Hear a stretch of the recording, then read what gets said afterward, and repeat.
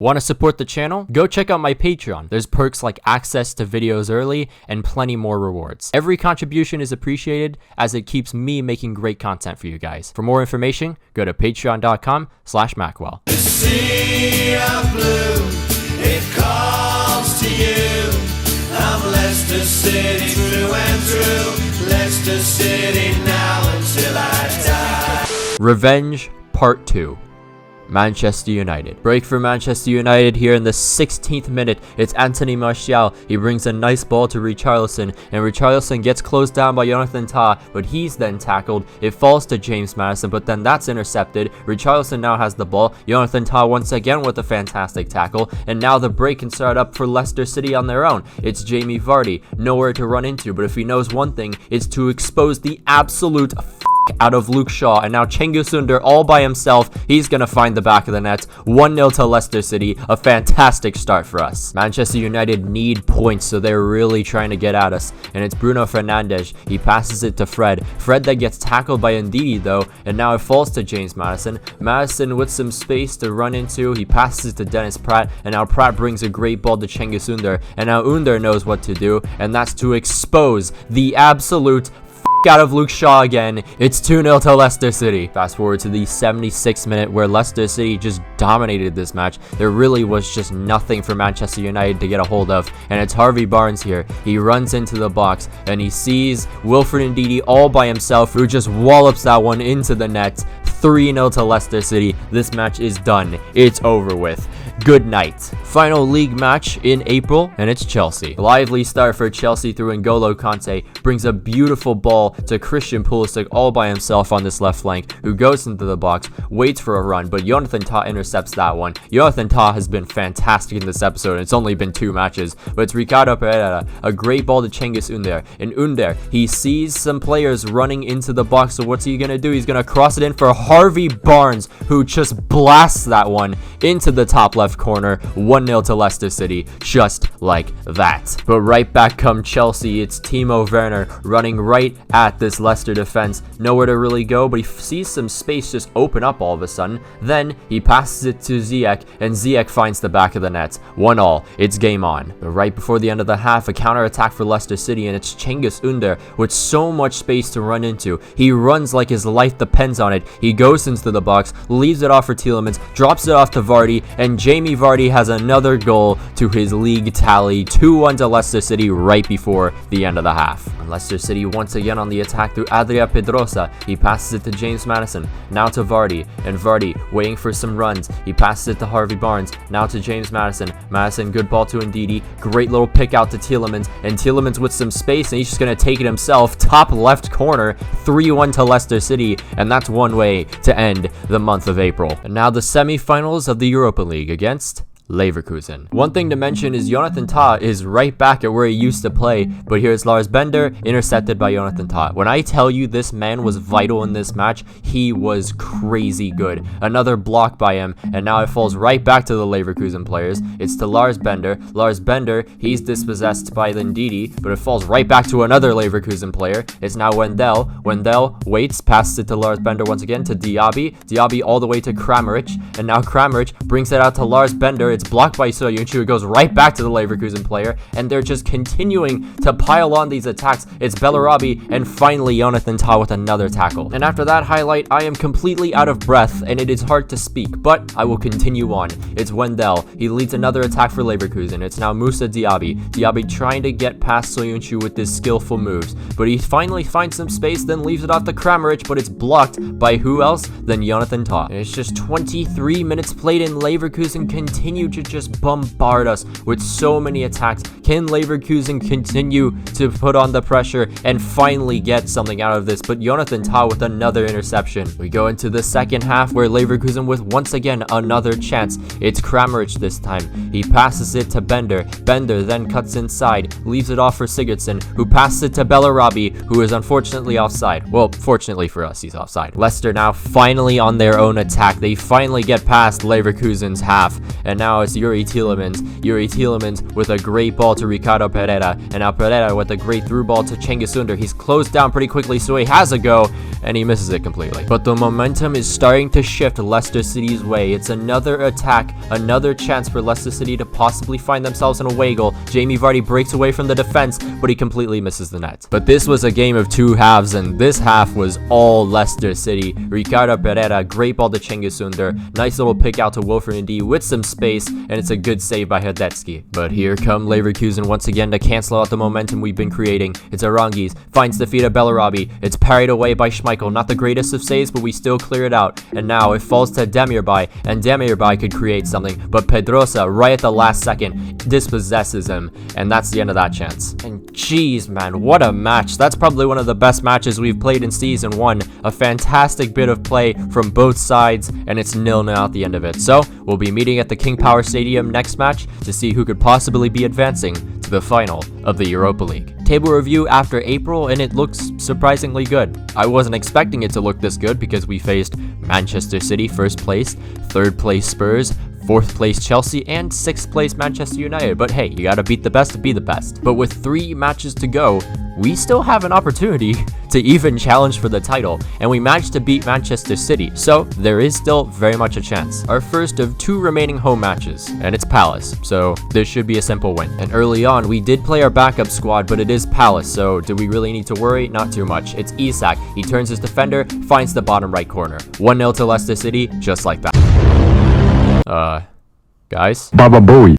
Guys? Well, isn't that fantastic? Another choke job by us. It just makes my day the greatest. But it's Demarai Gray passing into James Glover, and now James Glover has the shot to possibly give Leicester City a chance at maybe coming back from this one. A great ball to Ayoze Perez, and Ayoze Perez off the post and in. It's 2-2 here in King Power Stadium, and there's still plenty of time. But all that time would be cut down to just 5 minutes remaining. We were just not good at all in this match. It's Jamie Vardy, super sub. He gets dispossessed by a Palace player. It somehow falls to James Glover, which goes right back to Jamie Vardy. Now Demarai Gray with some space. He leaves it off for Jamie Vardy, and Vardy gerade gegen den SS-Soldaten. Leg 2 against Leverkusen. This second leg was a different story, just not as many chances, but Leicester City were the ones to dominate most of the time. Jamie Vardy with some space, he passes it to James Maddison. Maddison picks out Harvey Barnes with some space and time, and it's saved by the keeper. Opportunity for Leverkusen now, it's Ezequiel Palacios. He tries to get around Ndidi, but Ndidi is just going to say no to that one. And now a counter attack for Leicester City. It's Harvey Barnes, a fantastic through ball all the way to Cengiz Ünder on the other side of the pitch, and Cengiz Ünder has some time, space, and he misses it completely. Now once again Leverkusen on the attack through Soyuncu. He passes it to Jonathan Tah. Great ball to Jamie Vardy. He then flips it off to Ndidi. Ndidi then brings it all the way back to Jamie Vardy, and Vardy's gonna beat Tapsoba for pace, and he's gonna just chip it over the keeper. 1-0 to Leicester City, and it looks like we are finals bound. The Leverkusen weren't giving up there. It's a corner whipped in. It's headed out by Cengiz Ünder. Only falls to Romagnoli now. Romagnoli could start something up. It's Demirbay. Demirbay back to Romagnoli, then to Kramaric, and Kramaric running into the box. He finds Palacios, and it's a good save, a very rare save by Schmeichel. But on the following corner of that attack, it's now another opportunity for Leverkusen to find something. It's Ezequiel Palacios. He finds Bellarabi. Brighton. Oh my fucking god. But moments later, attack for Leicester City through Jamie Vardy. James Maddison, now to Wilfred Ndidi. A lovely ball back to James Maddison, and Maddison then just waits for the run for Jamie Vardy. Vardy getting past the defender, and it's into the back of the net. Already tied up, just like that. 56 minutes played, Leicester City on the counter-attack now. Their signature counter-attack could possibly give themselves another goal, but it's Cengiz Ünder. He's gonna get away from Veltman pretty easily, and now as he goes in the box, he leaves it off for Jamie Vardy. It's just the signature link-up play. It's 2-1, a great turnaround. Opportunity through Alexis McAllister, but he's dispossessed by James Maddison, of all people. It's now Jamie Vardy it falls to. Vardy nowhere to run into, so he passes it to James Maddison, draws in a ton of defenders, leaving Vardy with so much space in the center of the pitch, and Vardy ain't missing from there. That is a hat trick for Jamie Vardy once again in the league. 3-1, and it's still not done. Leicester City with another opportunity to make it 4. Who knows? Harvey Barnes with tons of space to run into. He sees Isak's run, and he's gonna get in behind the defender, and Isak is just gonna somehow find the net from that angle, and it's 4-1. Another 3 points for Leicester City. And with Manchester City winning the league already, we have Newcastle United as our last match. And this was a complete destruction of the team from the Tyneside. It's James Maddison passing it to Wilfred Ndidi, a great ball to Jamie Vardy, and Vardy picks out the run by Harvey Barnes, cuts inside a little bit, way too much space to give him, and it's Harvey Barnes with the first goal against Newcastle just early on into the match. But could Newcastle come back and score a goal of their own and possibly stop Leicester City from destroying them? Absolutely not. Leicester City's defense coming in strong once again, and now a counterattack can begin once again. It's Cengiz Ünder right over Savic, and with so much room, he just cuts inside, and he sees an open net, and he's gonna take advantage of it. Dubravka doesn't even move, and it's 2-1 with a beautiful finesse into the back of the nets. And it's still the first half, and Leicester City just have no mercy towards Newcastle. It's Tielemans with a lovely lob up to Jamie Vardy, who heads it into the back of the nets. 3-0 to Leicester City. And it's still not the end of the first half. Leicester City with another counterattack. I don't even know why Newcastle are trying at this point. It's Cengiz Ünder on this wing once again. He's not going to cut inside, but he will leave it off to Jamie Vardy, who, I'm going to say this right now, has 50 goals in the league this season. And then finally, I guess Newcastle started to, I don't know, tighten up their defense or do something. I don't really know why we didn't really score as much in the second half, but Isak finds the back of the net. It's 5-0, a great way to close the league season.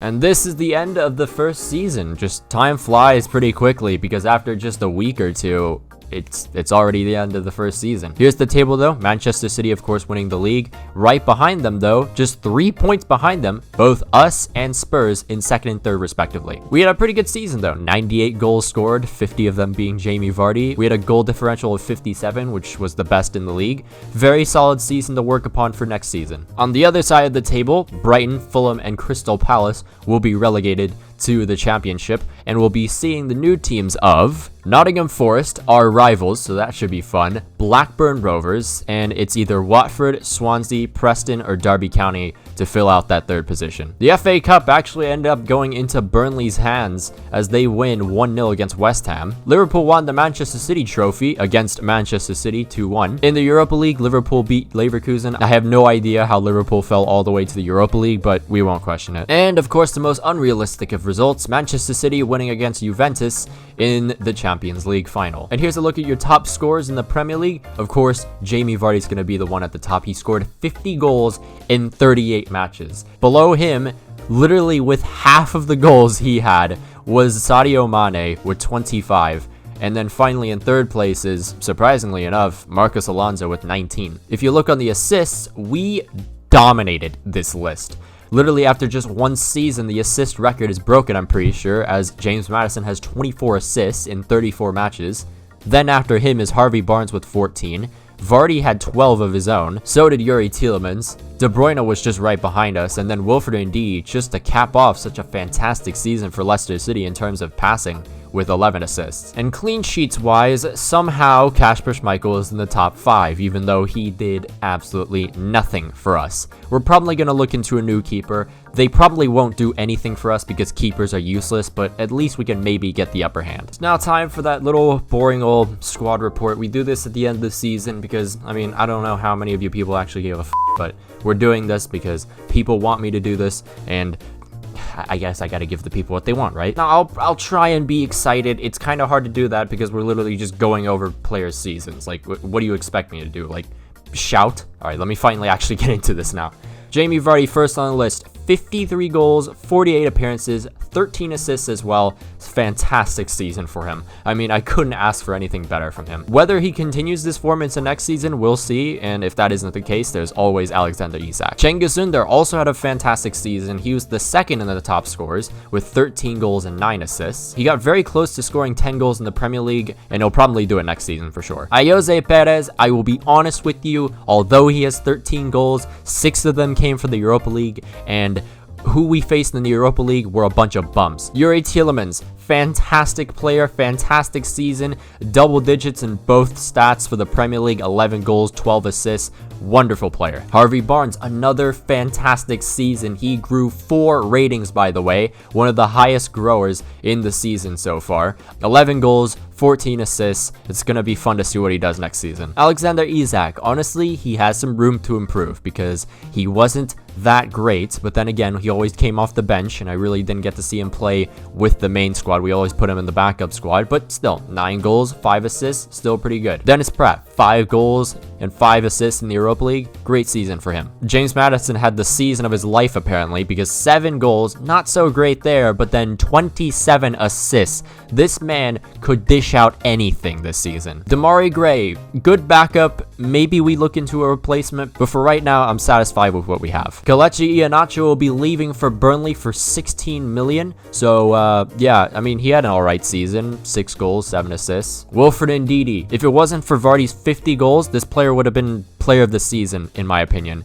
He grew all the way to his potential, his max potential already, and he's only 24. This man is going places. He's so good. He's the only reason why we have so many counterattacks, and I just cannot wait to see what he can do in the Champions League. Then a little bit of a surprise with 4 goals, the same as Wilfred Ndidi. It's Kiernan Dewsbury Hall, 65 rated. He grew 3 ratings overall, so fair enough to him. I don't think I'll be using him that much, though. 4 goals, though, and 2 assists.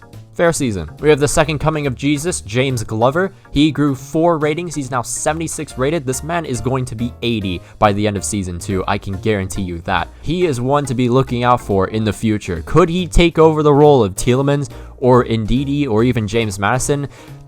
Probably not, but he will be a very good backup. Ricardo Pereira. Honestly, I'm kind of disappointed, and it's not because of him in general, it's just because of how defense works in this game. Fullbacks are all over the place, and I think everyone notices that. It's either that or the midfielders. I can't control both of them at the same time, so that's why I always control the midfield, because that's where all the attacks are coming from. I can't do much on the wing, so if there is a lone fullback just doing nothing, I can't do anything about that. So as a result, Ricardo Pereira and also Adria Pedrosa didn't have fantastic seasons, but I would still say they were pretty solid, at least when I had to control them. Çağlar Soyuncu was great, 83 rated. He grew 3 ratings overall. He's just 2 more away from his actual potential of 85. He scored a goal in the preseason tournament, but we don't really care too much about that. He had 11 clean sheets though, which is fair. Next to him was Jonathan Tah, and man, the first few games with Jonathan Tah were just horrible, horrid. I never want to look at them ever again. Please never take me back to the time when Jonathan Tah was just a complete bum and looked like he was 60 rated, because dude, it was horrible. But he bounced back,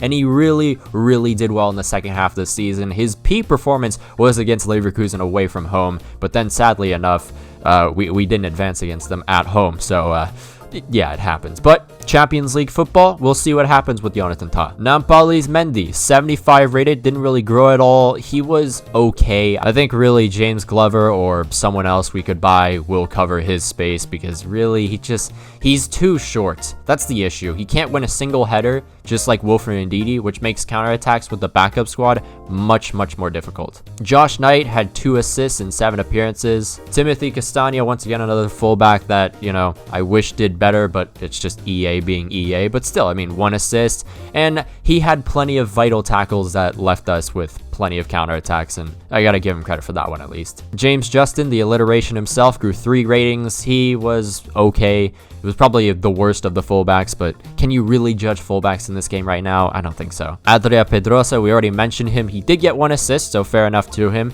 He grew 4 ratings overall, by the way, so I'm really excited to see what he can do next season. Kasper Schmeichel, once again, can't really judge him. He had a pretty bad season, in my opinion, but still, he got 20 clean sheets somehow. Wesley Fofana, our brand new signing from Saint Etienne, he did alright. In 25 appearances, he got 10 clean sheets, so fair enough to him. Filip Benkovic, honestly, I didn't play him that much, but we probably might have to play him more just because, let me go to the next player real quick. Johnny Evans will be leaving us for AC Milan next season. Yeah, weird little January transfer. Basically, he just kind of left on a free. I didn't really care too much for Johnny Evans, and we'll see if Benkovic can fill that role in. And finally, to finish off the squad report, it's Harvey Bonne, Youth Academy graduate.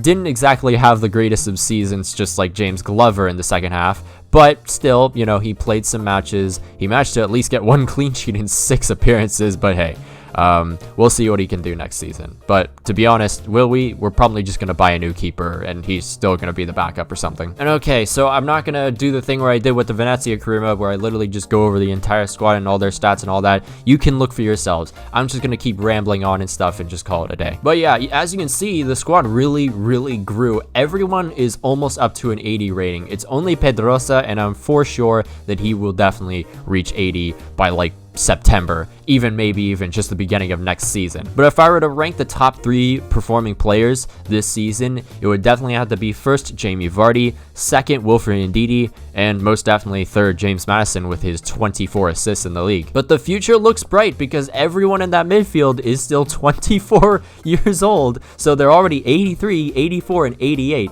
Looks like a great combination. On the wing, there's Cengiz Ünder and Harvey Barnes, and they're doing pretty good, and they could still grow. Harvey Barnes could go to an 85, Cengiz Ünder can go into an 84. Whether we decide to go for a backup that has more potential than Ünder, we'll see. Defense-wise, we could maybe look into getting an even better improvement. They're good, don't get me wrong, but are they Champions League quality to get ourselves all the way up to the final?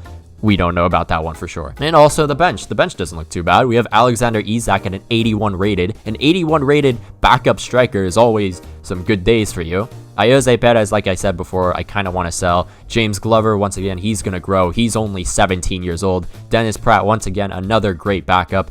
Damari Gray, good backup as well. Castagna, another 81 rated backup, so happy days. James Justin, we'll see how James Justin does next season. But boys, that is the end of season 1. It has gone by pretty quickly in just 5 episodes, and we're going into season 2 next Saturday, October 24th, 2020. We're getting pretty close to November, and I'm just saying, no, November 15th is my birthday, so if you wanna wish me a happy birthday, you know, just do that, please. I'd really appreciate that. I love you guys. Please. But anyways, October 24th, the live premiere of season 2 of the Leicester career mode. It's not going to be as hype, obviously, as the first episode of the Leicester career mode, but I'd still say it'll be pretty hype. We always do season opener premieres, so if you're new to the channel, just remember that. But anyways, guys, it's been a good season. On to the next one.